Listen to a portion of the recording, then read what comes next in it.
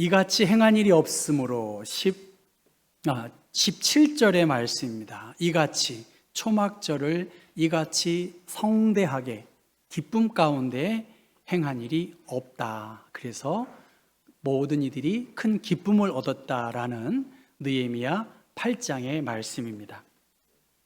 국민일보 겨자씨의 칼럼을 읽어봤습니다. 미국의 후각 연구자이자 냄새 실험소 소장인 앤드류 브라브닉스라고 하는 박사께서 1985년에 후각의 표준화를 위해서 냄새를 표현하는 146가지의 표준 형용사를 발표했습니다. 146가지. 그리고 20세기의 과학계에서는 인간이 약 10,000가지 이상의 냄새를 구분한다라고 그렇게 발표했고요. 2014년에 미국 록펠러 대학 연구팀은 사이언스라고 하는 학술지에 인간이 1조 가지 이상의 서로 다른 냄새를 구별할 수 있었다라는 연구 결과를 발표했습니다. 146개의 냄새를 표현하는 표준 형용사, 그리고 인간이 냄새 맡을 수 있는 게 10,000가지 정도, 그리고 록펠러 대학에서는 1조 이상의 서로 다른 냄새를 구별할 수 있다라고 말합니다.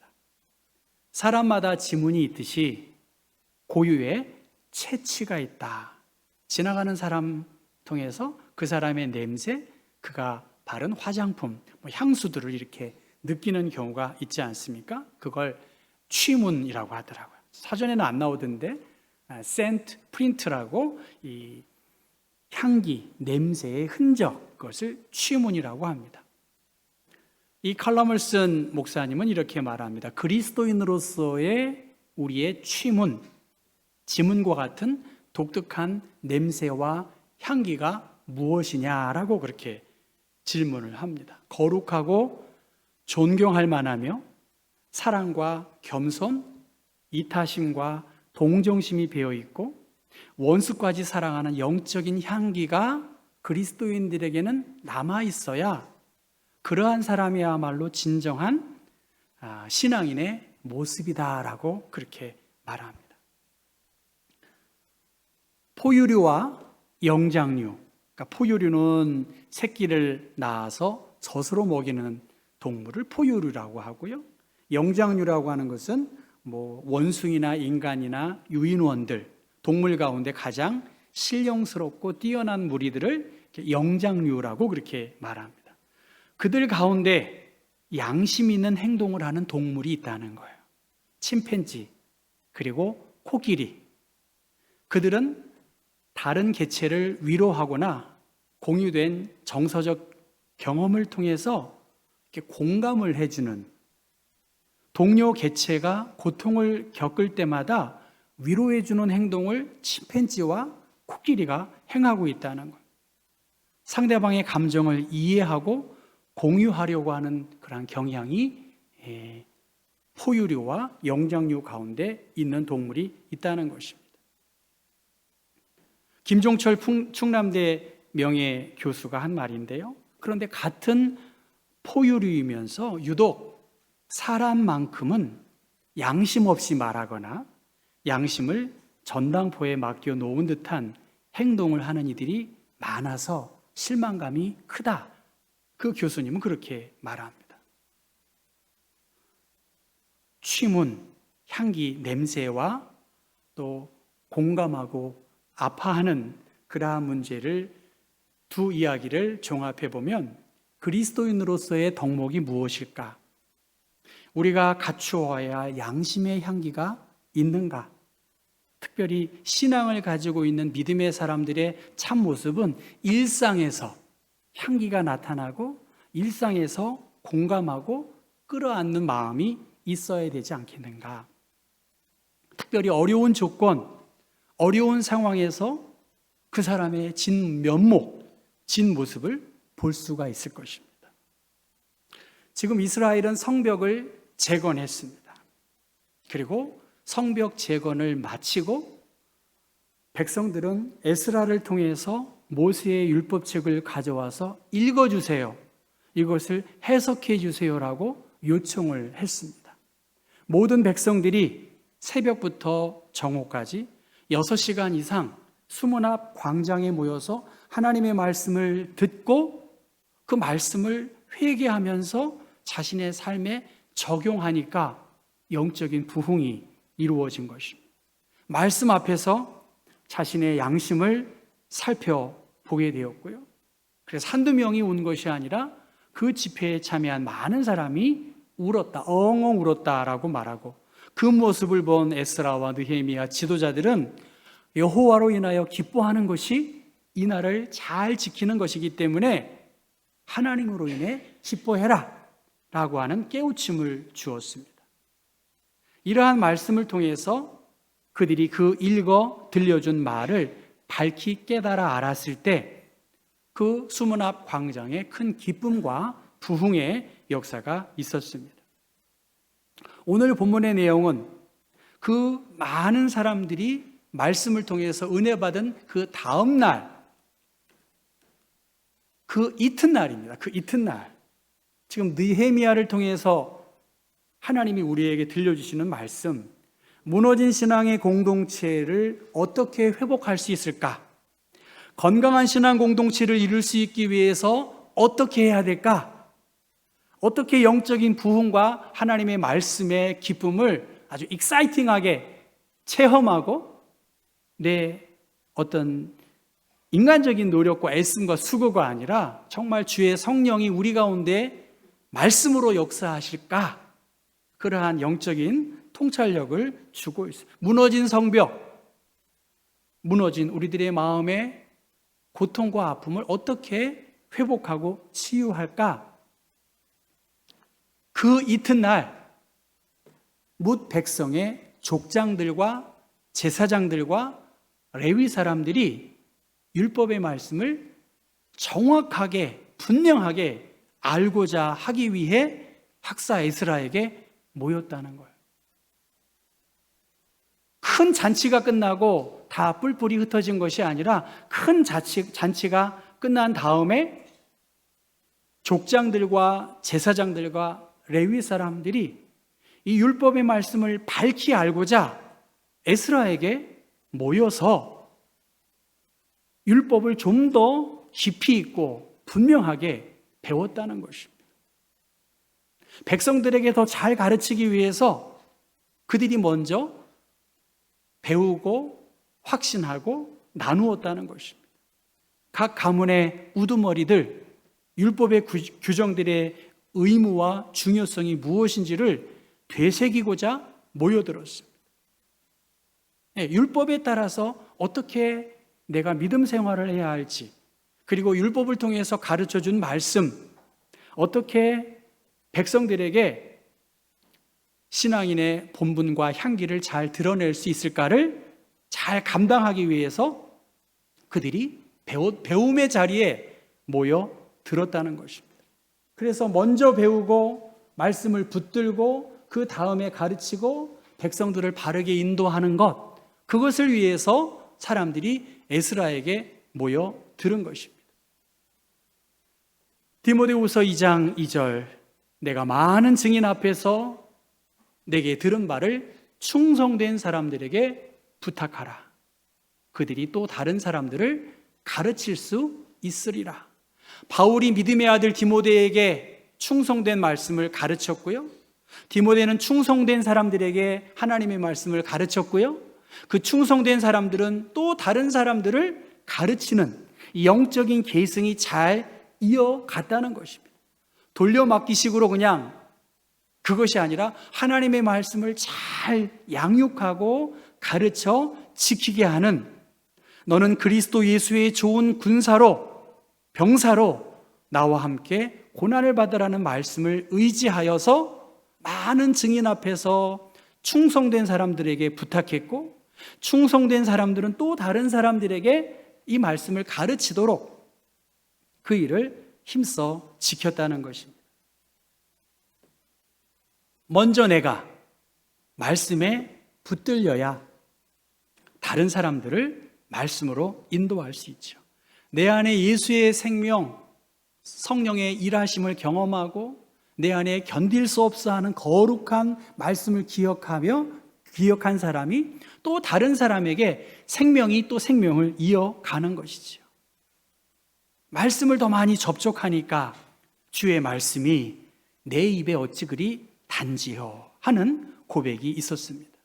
지금 레위들, 그리고 제사장들, 백성의 족장들, 다른 사람들을 가르치기에 앞서서 먼저 자신들이 배움의 자리에, 학생의 자리에 앉아 있는 것입니다. 그런데 어제는 어떤 일이 있었죠? 많은 사람들 생각해 보십시오. 저도 목 수술을 하고 목이 마르니까 자꾸만 물도 마시고 그러는데 6시간 동안 그 수많은 사람들에게 어떻게 전하겠습니까? 13명의 사람이 또 다른 사람에게 또 다른 사람에게 전달했기 때문에 한 번 가르쳐주면 다 아는 게 아니니까 분명히 중간 지도자들은 중간에 자기가 알고 있는 것을 설명을 했을 것입니다. 어제는 선생의 자리에 있었지만 오늘은 학생의 자리로 다른 사람들을 가르치기 위해서 먼저 내 자신이 가르침을 받은 것입니다. 제사장들과 레위 사람들 가르치기 이전에 먼저 배워야 한다는 거예요. 그것이 영적 부흥의 중요한 돌파구, 해결책인 것입니다. 우리나라에서도 저는 개학 전에 선생님들이 아마 준비 모임을 하는 것으로 저는 알고 있었는데요. 저희 아이도 개학이 되면 Teachers Day라고 해서 개학이 되면 선생님들이 따로 모임을 가져요. 배움의 혹은 커리큘럼이나 학생들을 서로 살펴보고 어떻게 이번 학기를 잘 이끌어갈까에 대한 배움의 시간을 갖는 것이죠. 하나님께서 느헤미야와 에스라를 통해서 중간 지도자들, 제사장들과 레위 사람들과 백성의 족장들, 오늘 교회로 말하면 교회의 중직자들이 배움의 자리에, 말씀의 자리에, 은혜의 자리에 와서 어떻게 합니까? 정말 성경이 무엇이라고 말하나 대충 두리뭉실 그것이 아니라 좀 더 밝히 하나님의 말씀을 알고자 하기 위해 그들은 배움의 자리에 모였다는 것입니다. 그러면 그 배움의 자리에서 무엇을 배웠는가? 에스라를 통해서 무엇을 배웠습니까? 14절의 말씀에 율법에 기록된 바를 본즉, 갑자기 다른 복음을 전한 것이 아니라 이미 말씀을 통해서 가르쳐 주신 것, 그것을 보여준 것입니다. 율법에 기록된 바를 본즉, 여호와께서 모세를 통해서 명령해 주신 7째 달 절기에, 우리로 말하면 1월입니다. 9월, 10월이지만 그 나라는 1월입니다. 1월에 초막에서 거할지니라 라고 초막절을 지키는 것, 그것에 대해서 말씀하고 있습니다. 모세를 통해서 전달된 여호와의 율법, 그 규정이 무엇이냐? 지금까지 잊혀졌던 그러한 여러 율법들이 있습니다. 지금 이스라엘은 어떻습니까? 바벨론 포로 생활에서 돌아왔습니다. 포로 생활에서 나라를 잃고 근근히 살았던 그 백성들에게 성경을 통해서 어떻게 절기를 지켜야 할지를 명확하게 배운 것, 그것을 가르쳐 주었습니다. 너희들이 새롭게 깨달아야 할 것, 엄격히 준수해야 할 그것이 무엇인지를, 규정들을 에스라를 통해서 가르쳐 주었고, 그 구체적인 것이 초막에서 거할지니라 라고 그렇게 말했습니다. 그러면서 그 초막은 감람나무 가지, 들감람나무 가지, 화석류 나무 가지, 종려나무 가지, 기타 무성한 나무들을 가져다가 초막을 지으라고 그렇게 말씀했습니다. 이것이 여호와의 율법의 명령이다. 제가 성지순례에 갔을 때에 마침 초막절 기간이어서 제가 이렇게 느낌으로 잠깐 봤습니다. 이스라엘은 평평한 지붕이 있으니까 예수님의 중풍병자 고치는 비유도 지붕을 뚫었다는 말씀을 여러분 보면 평지가 많고요. 지금 곳곳에서 사람들이 팔레스타인에 널리 퍼져 있는 나무들을 가지고 초막절 텐트를 만들었어요. 6월절, 오순절, 초막절 3대 절기인데 이 초막절은 무엇입니까? 애굽에서 노예 생활에 풀려난 이스라엘 백성들이 광야 40년의 그 불편함을 기억하자는 절기이고요. 그 절기는 올리브와 포도 등을 추수하여 저장한 후에 곡식을 거둔 후에, 그래서 수장절이라고 하기도 하고요, 추수감사절로 이해하시면 되겠습니다. 하나님의 은혜, 하나님의 축복을 기념하는 이 초막절, 그리고 새로운 한 해를 맞이한 것은 전적인 하나님의 은혜였음을 고백하면서 그들은 이 초막절을 지었습니다. 17절의 말씀 보면 사로잡혔다가 돌아온 회중이 다 초막을 짓고 그 안에 거했다라고 했습니다. 그런데 여호수아 때로부터 그날까지 이스라엘 자손이 이같이 행한 일이 없었다라고 말합니다. 그러니까 광야 40년의 생활에서 요단강을 건너서 가나안 땅에 정착한 그것이 여호수아의 시대 아닙니까?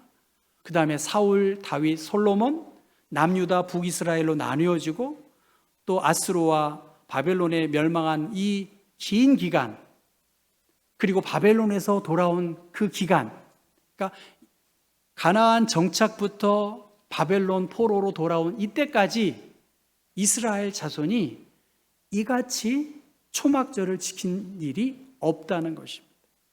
그러면 그 긴 기간 이스라엘 사람들은 안 지켰을까요? 분명히 지켰을 것입니다.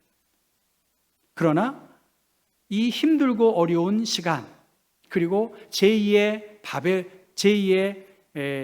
바벨론, 제2의 출애굽 사건이라고 할 수 있는 바벨론 포로에서 돌아온 그 상황에서 그들은 초막에 앉아서 왜 우리가 이렇게 나라를 잃고 이민족으로부터 고통을 당했을까? 그것은 하나님께 범죄한 것이구나 라고 하는 것을 깨달은 것이겠지요. 그 이전에도 예배는 드렸고 절기는 지켰지만 그토록 기쁘고 화려한 축제가 없었다는 것을 미루어 봤을 때 꼭 그 초막절에 많은 어떤 예물이 있고 화려한 초막을 졌다기보다 적어도 그들의 마음속에 하나님 안에서 이들이 기쁨의 예배를 드렸고 자신들에게 베풀어 주신 하나님의 선한 은총이 이렇게 놀랍고 크구나 라고 하는 것을 이스라엘 모든 절기 가운데 구체적으로 풍성하게 하나님께 영광을 돌린 것입니다. 이전에 드리지 못했던 가장 완벽하고 가장 최상의 마음을 다하여 하나님을 예배하니까 그들 또한 기뻤고 그들 가운데 하나님의 일하심들을 경험할 수 있었다는 것입니다. 그러니까 에스라를 통해서 새로운 말씀을 배운 게 아니에요. 이미 알고 있는, 그러나 기록된 바를 보았다고 했고 그리고 기록한 바를 따라서 그 일을 행한 것입니다. 자신의 생각과 기준이 아니라 하나님의 말씀에 따라서 초막을 지은 거예요. 하나님의 말씀과 기록을 통해서 자기의 이럴 것이다 추측하고 그렇게 하지 않았다는 것입니다. 그것이 오늘 정말 성경이 우리에게 무엇을 요구하시는가, 하나님은 어떻게 예배해야 될까, 그것을 구체적으로 성경을 통해서 보여주고 있습니다. 초막절을 지키라. 오늘 우리로 말하면 예배로 할 수 있겠고요. 주일을 어떻게 지켜야 할까? 다 지켰어요. 그러나 얼마나 더 정성을 다해서 하나님을 예배하는지를 이야기합니다. 추수가 끝났습니다. 모든 소산물을 거둘 때 하나님의 은총이었구나라고 감사한 것이지요. 그런 의미에서 초막절은 감사절뿐만이 아니라 앞으로의 삶까지도 하나님께서 우리를 지켜주시리라고 하는 믿음과 소망을 담은 것입니다. 하나님의 은혜를 기억하고 감사하는 것, 그리고 일상의 생활을 잠시 내려놓고 하나님께 나오는 것이죠. 여러분도 얼마나 이 교회에 나오기 위해서 수고하셨습니까? 지난 일상의 삶을 내려놓고 하나님 앞에 나온 것이지요. 그리고 이 하나님께서 베풀어 주신 은혜에 대하여 감사하고 영광을 돌리는 것이 우리가 드리는 주일 성수이고 하나님께 드리는 예배입니다. 일상의 생활을 중단하고 우리는 예배당에 모였습니다. 이 마음 깊은 곳에서 하나님께서 중심을 아시기 때문에 우리의 필요, 영적인 여러 부족함까지도 이 예배에 참여하여 초막절을 지킨 자들, 하나님이 정말 원하시는 그 예배를 드린 자에게 하나님은 기쁨을 더해 주시는 것이죠. 지도자들, 족장들과 제사장들과 레위 사람들이 하나님의 말씀을 확실하게 깨닫기 위해서 그들이 말씀으로 무장하니까 곧바로 백성들에게 온전한 초막절의 의미를 가르쳐 준 것입니다. 아는 만큼 보인다, 그런 얘기 하지 않습니까? 하나님의 말씀도 마찬가지지요. 여호수아 이래로 이렇게 대대적으로 초막절을 지킨 적이 없었다라고 할 정도로 그들은 율법의 요구에 충실하게 이 초막절을 지켰습니다. 아는 만큼 잘 순종하는 거죠. 그렇게 아는 만큼 순종한 자에게 하나님의 기쁨도 더해지는 것입니다. 아는 만큼, 벼가 익어갈수록 머리를 숙이듯이죠. 아는 만큼 겸손하고 겸손한 만큼 향기의 흔적들을 남기는 것이죠. 두리뭉실하게 알고 내가 다 배웠다라고 하는 것이 아니라 지금 제사장들과 족장들과 레위들, 이미 이 사람들은 아는 사람들이에요. 이미 가르칠 능력을 갖고 있습니다. 뭐 에스라만 똑똑했겠습니까만 그들이 배움의 자리에 다시 와서 그 규례가 무엇인지를 알고 7일간 초막절을 지키는 동안 날마다 에스라는 율법을 낭독했고 그 낭독한 말씀을 그들은 깨닫고 자기 반성의 기회를 가지고 이스라엘 공동체를 더욱 건강하게 세울 수 있었다는 것입니다. 우리가 겪고 있는 모든 일들, 성장의 기회가 될 수도 있고 긍정적일 수도 있지만 부정적인 일들도 나타날 수 있습니다. 업그레이드 될 수도 있고 다운그레이드 될 수도 있다는 것이.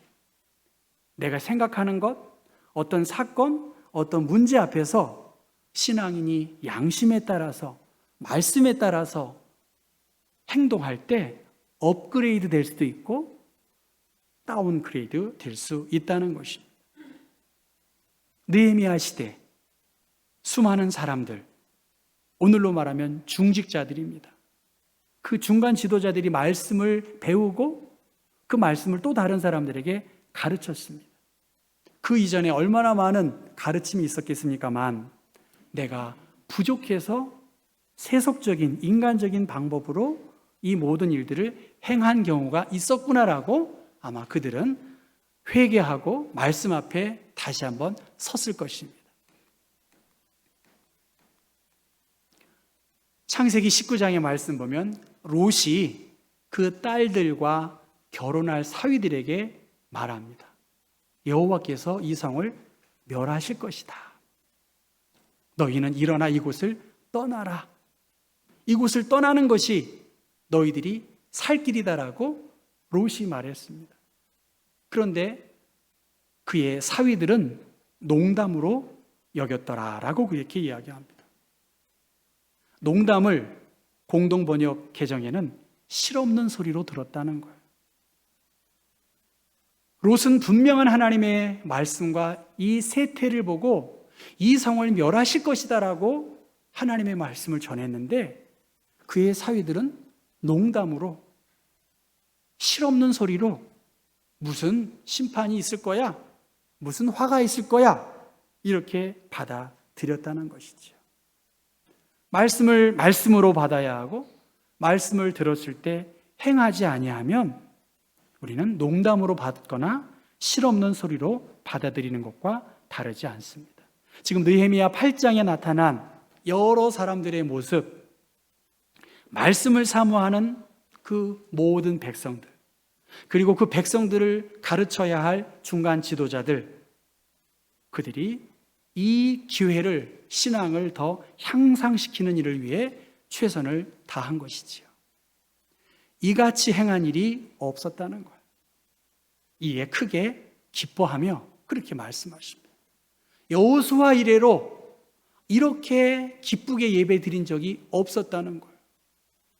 다른 말로 말하면 말씀대로 지키지 않고 자기 편의대로, 자기 위주로 예배가 하나님께 드려진 것입니다. 다시 한번 그 말씀의 본질이 무엇인지를 에스라를 통해서 깨우쳐 주시고 있고, 그 말씀 안에서 하나님의 뜻을 분명히 깨닫고 그 말씀대로 살라고 그렇게 말씀을 하십니다. 예수님은 예루살렘에 올라가시면서 자기가 당할 일을 제자들에게 예고하셨습니다. 내 앞에는 수많은 사람이 나를 조롱하고 돌 던지고 침 뱉고 심판받고 나는 십자가에 죽을 것이다. 그리고 사흘 만에 살아날 것이다. 이러한 말씀을 예수님은 예고하셨습니다. 이것은 하나님의 계획인데, 이에 대하여 베드로는 예수님을 붙들고 항변했다라고 말합니다. 주여, 그리 마옵소서. 이 일이 결코 주께 미치지 아니하리이다. 하나님의 뜻을 베드로가 막은 것입니다. 그때 어떻게 보면 고맙잖아요. 고맙지 않습니까? 자기를 지켜주겠다고 하고. 그런데 예수님은 무엇이라고 말하나요? 사탄아, 내 뒤로 물러가라. 너는 나를 넘어지게 하는 자로다. 내가 하나님의 일을 생각하지 아니하고 도리어 사람의 일을 생각하는도다. 하나님의 일을 생각해야 하는데 사람의 생각과 계획으로 가득 찬 것을 예수님은 단호하게 사탄이다라고 그렇게 말씀하고 있습니다.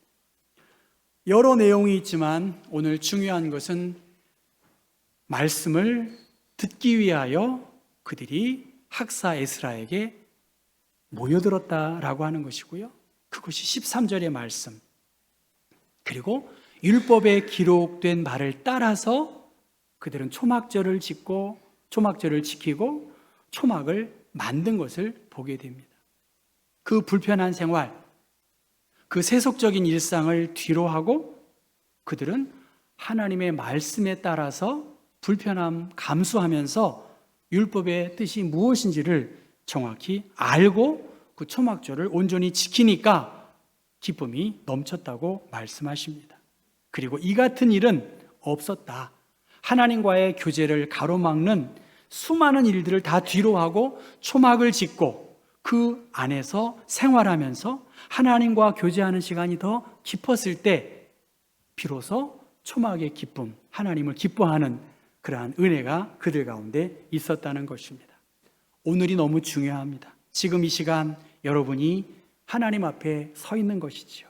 이것을 내 신앙을 새롭게 할 수 있는 좋은 기회로 만들어야 되겠고, 그 말씀을 접할 수 있는 시간, 그 말씀이 우리를 노크하는 그 노크 소리를 들으면서 초막의 생활은 불편합니다.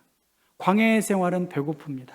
나그네 인생길은 어디를 가고 있을지 알지 몰라요. 그러나 그 광야에도 하나님이 반석을 쳐서 물도 주시고 그 피할 길로 새벽 이슬도 주신 것처럼 여러분, 말씀을 아는 만큼 더 온전히 순종하고 그 순종이 깊어지면 깊어질수록 하나님이 주시는 기쁨이 넘쳐날 것입니다.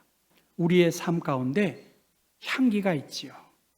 좋은 향기도 있지만 그렇지 않은 향기도 있을 것입니다. 세상을 위해서 우리가 행해야 할 것들, 우리의 말보다는 우리의 삶입니다. 하나님 앞에 어떻게 예배하고 있는가 다 알고 있고요. 다 보고 있습니다.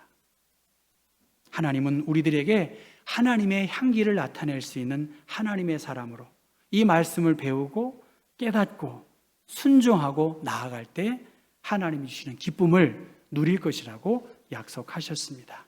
우리 모두가 이같이 행한 일이 없었다라고 하는 말씀처럼 오늘 우리에게 주어진 여러 힘들고 복잡한 문제가 많이 있지만 신앙이 업그레이드 될 수 있는 계기로 삼으실 수 있기를 주님의 이름으로 축원합니다.